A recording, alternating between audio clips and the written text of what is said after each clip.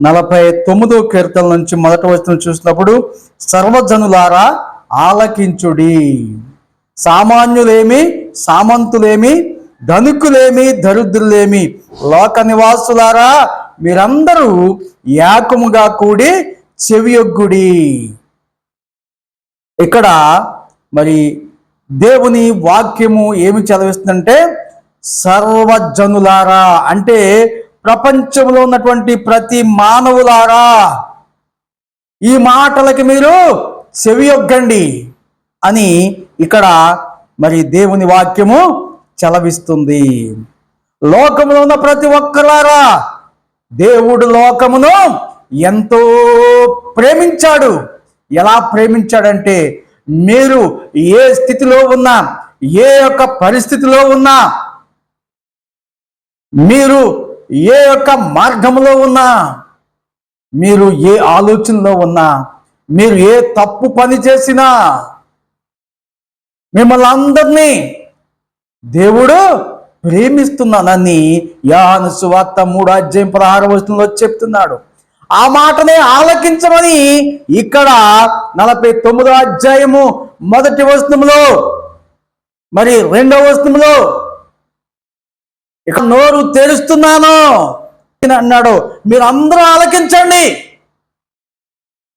యేషయా గ్రంథం చూస్తే దేవుడు నేనే, మరి ఏ దేవుడు లేడు, నా వైపు చూసి రక్షణ పొందమని చెప్తున్నాడు. ఎందుకంటే ఆయన భూమి ఆకాశములను సృజించినటువంటి దేవాతి దేవుడు, అందులో సమస్తమును కలగజేసినటువంటి సృష్టికర్త. సృష్టించబడిన మానవుల్లో ప్రతి ఒక్కరికి ఆయన పోషిస్తున్న దేవుడు, సంరక్షిస్తున్న దేవుడు. పాపం నుండి విడుదల చేయటానికి పరలోకం నుండి భూలోకానికి వచ్చినటువంటి పరమాత్ముడు ప్రభు అయిన యేసుక్రీస్తు వారు. కావున మీ అందరూ చెవియొగ్గి నా మాటలు ఆలకించండి అని 49వ కీర్తన 1-2 వచనాల్లో మనకి తెలియజేస్తున్నాడు. సామెతల గ్రంథము 1వ అధ్యాయము 20-23 వచనాలు చూద్దాం.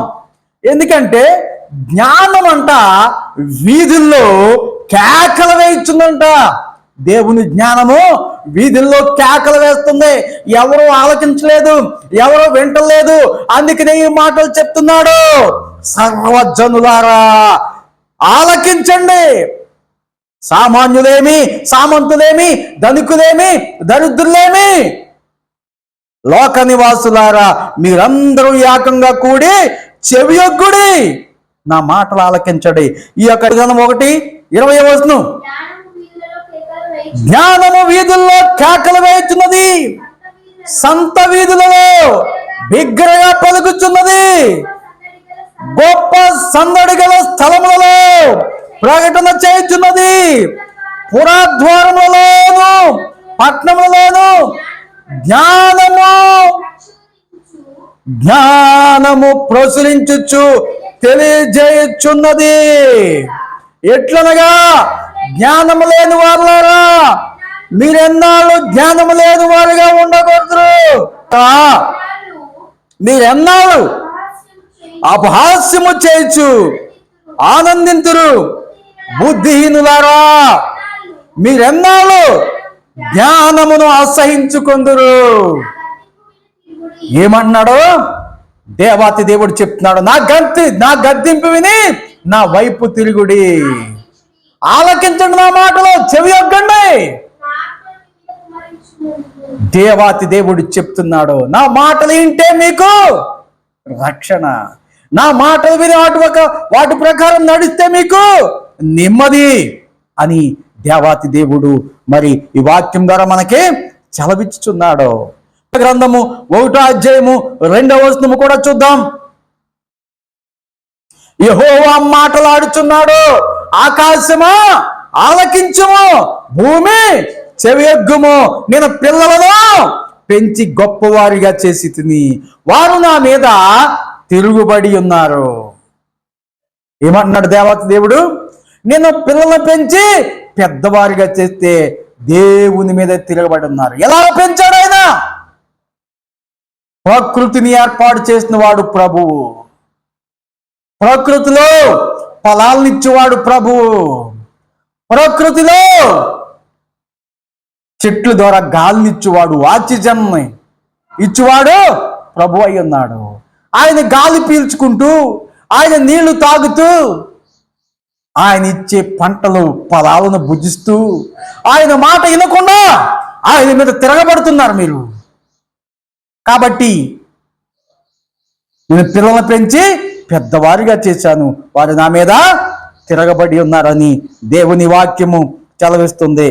ఈ మాటలు విని మనం ప్రభు వైపు తిరిగితే, ఎవరి వైపు? ప్రభు వైపు తిరిగితే మనకేమున్నదో తెలుసా? రక్షణ ఉన్నది. మీకా గ్రంథము 1వ అధ్యాయము 2వ వచనం చూద్దాం. సకల జనులారా ఆలకించుడి, భూమి నీవును నీలోనున్న సమస్తమును చెవియొగ్గి వినుడి. ప్రభువు యెహోవా మీ మీద సాక్ష్యము పలుకుచున్నాడు. ప్రభువు యెహోవా మీ మీద సాక్ష్యము పలకబోచున్నాడు. పరిశుద్ధాలయంలో నుండి ప్రభువు మీ మీద సాక్ష్యము పలకబోచున్నాడు. చాలు. ఎవరంట? ప్రభువు యెహోవా మీ మీద సాక్ష్యము పలకబోచున్నాడు. ఏమని? మీరు చెవి యొక్కట్లేదు, మీరు వినుట మట్టుకు విందురు గాని గ్రహింపదే గ్రహింపరని. మీరు వింటారు కానీ గ్రహింపరు అని ఆయన మాటలాడుచున్నాడు. ఇంకా మలాకి గ్రంథం 1వ అధ్యాయం 11వ వచనం కూడా చూద్దాం. తూర్పు దిశ మొదలుకొని పడమటి దిశ వరకు అన్యజనుల్లో నా నామము ఘనముగా ఎంచబడును. సకల స్థలములలో ధూపమును పవిత్రమైన అర్పణలను అర్పింపబడును. అన్యజనులలో నా నామము ఘనముగా ఎంచబడునని సైన్యములకు అధిపతి యెహోవా. ఆయన నామం ఎప్పుడు ఘనముగానే ఉంటది. ఆయన నామం మనం ఘనపరచవలసినటువంటి అవసరము ఉన్నది. కాబట్టి మనము ఆయన మన సృష్టికర్త, ఆయన మాట మనం వినకపోతే కనుక మనకి శ్రమ. ప్రియమైనటువంటి వాళ్ళ మత్తయి సువార్త 13వ అధ్యాయం 9వ వచనంలో ఈ విధంగా చెప్తుంది. చెవిగలవాడు వినుగాక అని చెప్పాను. చెవిగలవాడు వినుగాక. మీకు చెవులు లేవా? ఆకాశము ఆలకిస్తూ ఉంది, భూమికి చెవియొగ్గి వింటూ ఉంది. భూమి మీద ఉన్న మనుషులు మాత్రము ఆయన మాటలు పెడచెవిని పెడుతూ పాపపు దారిలో ప్రయాణము చేస్తూ ప్రాణాలు పోగొట్టుకున్న నరకానికి వెళ్ళిపోతూ ఉన్నారు. అందుకనే సర్వజనులారా ఆలకించండి మాటలు, సర్వశక్తి గల మాటలు, సర్వశక్తుని మాటలు ఆలకించమని ప్రభువు సెలవిస్తున్నాడు. సంగములతో ఆత్మ చెప్పుచున్న మాట చెవిగలవాడు వినుగాక. జయించువాడు రెండో మరణం వల్ల ఏ హానియో చెందడు. మీకు అర్థమవుతుందా? ఎందుకంటే దేవాతి దేవుల్లో రక్షణ పొందినటువంటి ప్రతి ఒక్కళ్ళు, దేవాతి దేవుల్లో కడగబడిన ప్రతి ఒక్కళ్ళు ప్రభు అయిన యేసుక్రీస్తు నామాన్ని అంగీకరించి, ప్రభు అయిన యేసుక్రీస్తు నామాన్ని వెంబడించి, ప్రభు అయిన యేసుక్రీస్తు నామమును ఆరాధిస్తూ, ఆయన్ని అనుసరిస్తూ, ఆత్మతోనూ సత్యముతోనూ ఆరాధించిన వ్యక్తి రెండవ మరణము చెందడు గాని నిత్య జీవములో ఉంటాడని వాక్యము చలవిస్తూ ఉంది. యెషయా గ్రంథం 49వ అధ్యాయము 6వ వచనం చూద్దాం. నీవు యాకోబు గోత్రపు వారిని ఉద్ధరించినట్లును ఇశ్రాయేలులో తప్పింపబడిన వారిని రప్పించినట్లును నా సేవకుడువై ఉండుట ఎంతో స్వల్ప విషయము. భూదిగంతముల వరకు నీవు నేను కలుగజేయు రక్షణకు సాధనమగుటకై అన్యజనులకు వెలుగై ఉండినట్లు నిన్ను నియమించి ఉన్నాను. దేవుని స్తోత్రం కలుగును గాక. ఈ రోజుని ప్రభువైన యేసుక్రీస్తు మాటలను చెప్పుటకు, అనేక మంది సేవకుల్ని ఆయన పిలిచి ఏర్పాటు చేసి నియమించి ప్రజలకు ప్రకటిస్తుంటే, పాపం నుంచి విడిపించబట్టకు ఆయన మాటలు, పరిశుద్ధమైన మాటలు ప్రకటిస్తుంటే అనేక మంది వారి ప్రాణాలను తీర్చుటకు పన్నాగాల పన్నుతున్నటువంటి పరిస్థితులు ఈ రోజు ఉన్నాయి. కావున ప్రియమైనటువంటి వారులారా, మిమ్మల్ని నరకంలోనికి పోకుండా తప్పించుటకు, ప్రభు అయిన యేసు క్రీస్తు వారి మాటలు ప్రకటించుటకు పాస్టర్ గారిని ఏర్పాటు చేసి ఈ మాటలు ప్రకటించుటకు ఈ రోజుని వారిని పంపినప్పుడు మీరు వారి ప్రాణాలు తీయటానికి మీరు పొంచి ఉన్నారు. అందుకనే వినమంటున్నాడు ఈ మాటలు. వినండి, వినటం వల్ల విశ్వాసం కలుగుతుంది. ఏమి వినాలి? ప్రభువైన యేసును గూర్చిన మాటలు వినాలి. ప్రభువైన యేసు క్రీస్తును గూర్చిన మాటలు, ఉపదేశములు మీరు అంగీకరించాలి. అప్పుడే మీరు ప్రభువు యందు విశ్వాసం ఉంచగలుగుతారు. దేవునికి మనం చూసినప్పుడు దేవాతి దేవుడు చెప్పాడు. మత్తయి సువార్త 28వ అధ్యాయము 19-20 వచనాలు మనం చదివినప్పుడు, కాబట్టి మీరు వెళ్ళి సమస్త జనులను శిష్యులుగా చేయుడి, తండ్రి యొక్కయు కుమారుని యొక్కయు పరిశుద్ధాత్మ యొక్క నామములోనికి వారికి బాప్తిసం ఇచ్చుచు నేను మీకు ఏ సంగతులను ఆజ్ఞాపించుతును వాటన్నిటినీ గైకొన వలన వారికి బోధించుడి. ఇదిగో నేను యుగ సమాప్తి వరకు సదాకాలం మీతో కూడా ఉన్నానని వారితో చెప్పెను. ఏంటండి? సర్వలోకానికి వెళ్ళి సమస్త జనులను శిష్యులుగా చేయమంటే విశ్వాసులుగా చేస్తున్నారు, కరెక్టే.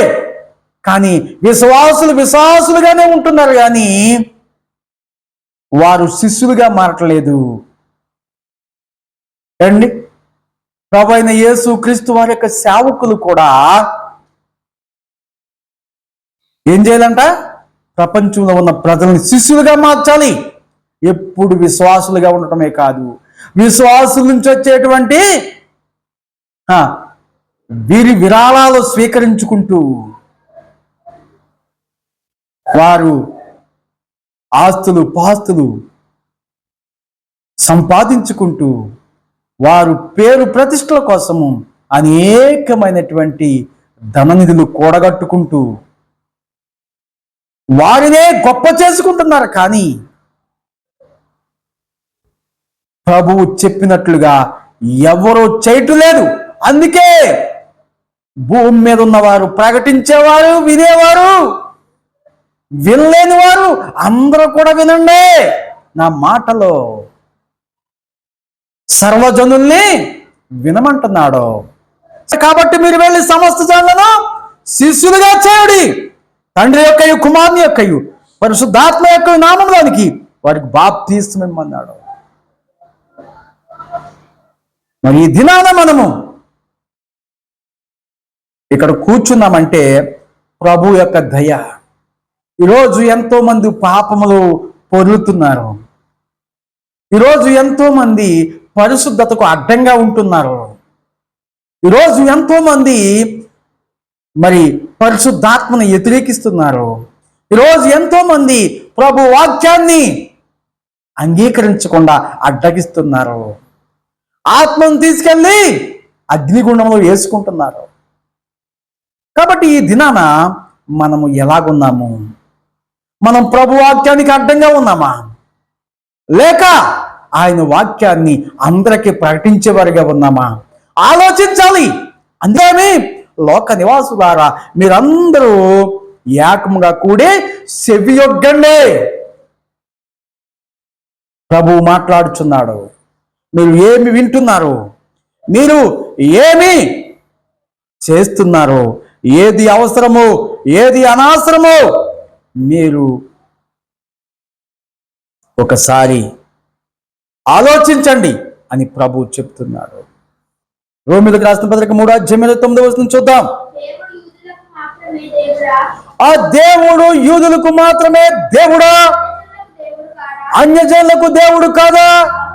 అవును, అన్యజనులకు కూడా దేవుడే ప్రభు. దేవుడు ఒక్కడే కనుక దేవుడు యూదులకు మాత్రమే దేవుడా, అన్యజనులకును దేవుడు కాడా? అవును, అన్యజనులకును దేవుడే, అందరికీ దేవుడే. అందుకని అపోస్తల కార్యాలు 10:36 ఏమన్నాడు? యేసుక్రీస్తు అందరికీ ప్రభు అయి ఉన్నాడు, అందరికీ ప్రభు అయి ఉన్నాడు. కావున మనము ఆయన మాట వినాలి. ఆయన మాట అగ్ని వంటిది, ఆయన మాట సబ్బు వంటిది, మురికిని తీసివేస్తుంది. రోమీయులకు రాసిన పత్రిక 10:18 కూడా మనం చూద్దాం. అయినను నేను చెప్పినదేమనగా వారు వినలేదా? విన్నారు కదా?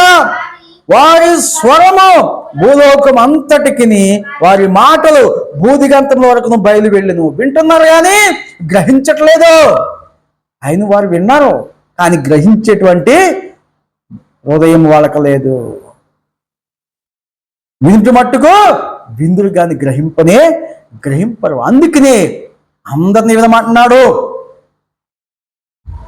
భూమి మీద ఉన్న ప్రతి ఒక్క మనిషిని వినండి అని ఆయన పిలుస్తూ ఉన్నాడు. కాబట్టి వినుట మట్టుకు వినటమే కాదు, కానీ విన్నవారు దాన్ని పాటించి ఎప్పుడు విశ్వాసులుగా కొనసాగడమే కాదు, ఆయన చెప్పింది ఏంటి? సర్వలోకానికి వెళ్ళండి. అక్కడేమన్నాడు? సమస్త జనులను శిష్యులుగా చేయమన్నాడు, కానీ విశ్వాసులుగా కాదు. ఎప్పుడు విద్యార్థిగానే కాదు, టీచర్ అవ్వాలి. ఎప్పుడు పాలు తాగేవాడుగానే కాదు, నీవు కూడా బలమైన ఆహారం తినాలి. బలమైన ఆహారం తిన్న తర్వాత ఏం చేయాలి? పని చేయాలి, ప్రభువుని ప్రకటించాలి. నువ్వు ఎప్పుడు వినేవాడుగానే ఉంటూ అనేక మంది అన్యాయస్తులైన వారికి నువ్వు అందజేస్తూ నీ ఆత్మలో దిగజారిపోయేటువంటి పరిస్థితిని తెచ్చుకోకూడదు. మాటలు సంగములతో ఆత్మ చెప్పుచున్న మాట చెవి గలవాడు వినుగాక. ఎవరు చెప్తున్నారట? పరిశుద్ధాత్మ దేవుడు చెప్తున్న మాట చెవి గలవాడు. కీర్తన 78:1 చూద్దాం. నా జనులారా, నా బాధకు చెవియొగ్గుడి, నా నోటి మాటలకు చెవియొగ్గుడి. జనులారా, నా బాధకు చెవియొగ్గుడి, నా నోటి మాటలకు చెవియొగ్గుడి. సామాన్యులేమి, సామంతులేమి, ధనికులేమి, దరిద్రులేమి, లోక నివాసులారా, ఇవి రక్షణ మాటలు, ఇవి పాపం నుంచి విడుదల పొందే మాటలు. ఈ మాటలు నరకంలో తప్పించే మాటలు. ఈ మాటలు మీ ఆత్మకి ఆదరణ ఇచ్చే మాటలు. ఈ మాటలు మీ దుఃఖములో నుంచి ఆనందంలోకి నడిపించే మాటలు. ఈ మాటలు ప్రభువైన యేసుక్రీస్తు మాటలు. ఆయన సమస్త జనులకు తెలియజేస్తదేమనగా, నేనే, మరి ఏ దేవుడు లేడు అని యెషయా గ్రంథంలో చెల్లిస్తున్నాడు. నా వైపు చూసి రక్షణ పొందమంటున్నాడు. మనము చూసి ఆయన వైపు చూసి ఏం చేయాలి? ఆయన వైపు చూడకపోతే ఏం చేస్తాం? మనము మునిగిపోతాము. ఒక ఆయన ఇలాగే చేస్తూ ఉన్నాడు. యేసుక్రీస్తు వారు ఆ సముద్రంలో నడుచుకుంటూ వెళ్తున్నాడు. పడవ మీద ఉండి పేతురు గారు ఆయన నడవడం చూసి భూతమని భయపడ్డాడు. భయపడి ఆయన అంటాడు, నా భయపడకంటే నేనే అని చెప్పినప్పుడు, నీవే అయితే నేను కూడా నీకులాగా నడుచుటకు నాకు సెలవేమన్నప్పుడు, రా నడిచిరామన్నప్పుడు నడిచాడు. మొదటి అడుగు వేశాడు. మొదటి అడుగు తీసి రెండో అడుగు వేసేటప్పటికి మని గాలి శబ్దం వచ్చినప్పుడు యేసు వైపు చూడడం మానేసి గాలి వైపు చూశాడు. ఎప్పుడైతే గాలి వైపు చూశాడో అప్పుడు అతను మునిగిపోతాం మొదలెట్టాడు. ప్రభు దయచేసి నన్ను రక్షించమన్నప్పుడు వెంటనే ప్రభు చేయి చాపి ఆయన్ని రక్షించాడు. ఈరోజు కూడా ఈ లోకంలో అనేక మంది పాపమనే ప్రపంచంలో మునిగిపోయి ప్రభువుకి దూరంగా జీవిస్తున్నారు. అలాంటి వారితో చెప్తున్నాడు, నా మాటలకు చెవియొగ్గమని. మొదటి సామ్యూయేలు గ్రంథం 2:7-8 ఏమనున్నాయి? యెహోవా దారిద్ర్యమును ఐశ్వర్యమును కలగజేయవాడు. నువ్వు దరిద్రంలోకి పోవాలన్నా, ఐశ్వర్యంతుడిగా అవ్వాలన్నా ఆయనే కలగజేయాలి. ఆయన సెలవు లేకుండా నీకేది కలగదు. ఇంకేమన్నా? దరిద్రులను అధికారులతో యెహోవా దారిద్ర్యమును ఐశ్వర్యమును కలగజేయవాడు, కృంగజేయవాడును లేవనెత్తువాడును ఆయనేనండి. ఆయన పేరు ప్రభు అయిన యేసుక్రీస్తు. నువ్వు కృంగిపోతున్నావా? ఆయన చెంతకు రా. అర్థమవుతుందా? నువ్వు లేవనెత్తబడాలనుకుంటున్నావా? ఆయన నిన్ను చేయి పట్టి పేతురు లేపినట్టుగా నిన్ను లేపుతాడు. వయసులో ఉన్నది దరిద్రులను అధికారులతో కూర్చుండబెట్టువాడును, మహిమగల సింహాసనము స్వతంత్రింపజేయుటకును వారిని మట్టిలో నుండి ఎత్తువాడు ఆయనే. లేమి గలవారిని పెంట కుప్ప మీద నుండి లేవనెత్తువాడు ఆయనే. భూమి యొక్క స్తంభములు యెహోవా వశము, లోకము వాటి మీద ఆయన నిలిపి ఉన్నాడు. దేవుని ఈ మాటలు అమూల్యమైన మాటలు. ఈ మాటలు నీ ఆత్మకు ఆదరణ ఇచ్చే మాటలు. ఇలాంటి మాటలు నీకు ఎక్కడ దొరకవు. పరిశుద్ధ గ్రంథములో మాత్రమే దొరుకుతాయి. ప్రభు సన్నిధిలో మాత్రమే నీకు దొరుకుతాయి. అందుకే ప్రభు పాదాల దగ్గరికి మనం రావాలి, ప్రభువుని మనం ఆరాధించాలి, పరిశుద్ధ దినాన్ని పాటించాలి, పరిశుద్ధంగా మనము జీవించాలి. అప్పుడే ప్రభువు ఇచ్చే ఫలాన్ని మనము పొందుకుంటాం. మన పాపానికి పరిహారంగా ఆయన ప్రాణాన్ని ఇచ్చి తన పరిశుద్ధ రక్తాన్ని కాచినవాడు ఒకే ఒక ఆయన. ఆయన పేరు ప్రభు అయిన యేసుక్రీస్తు వారు. ఆయన చెప్తున్న మాటలు ఏంటో తెలుసా? సర్వజనులారా ఆలకించండి. మంచేదో చెడ్డేదో, పాపమేదో పుణ్యమేదో, పాపమేదో పరిశుద్ధత ఏదో, నీతి ఏంటో అనీతి ఏంటో,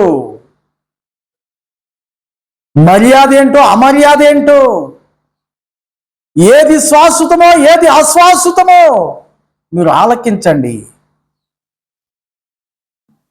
ఏది నిత్య జీవమో ఏది నరకమో మీరు తెలుసుకోండి అని ఆయన మనకి తెలియజేస్తున్నాడు.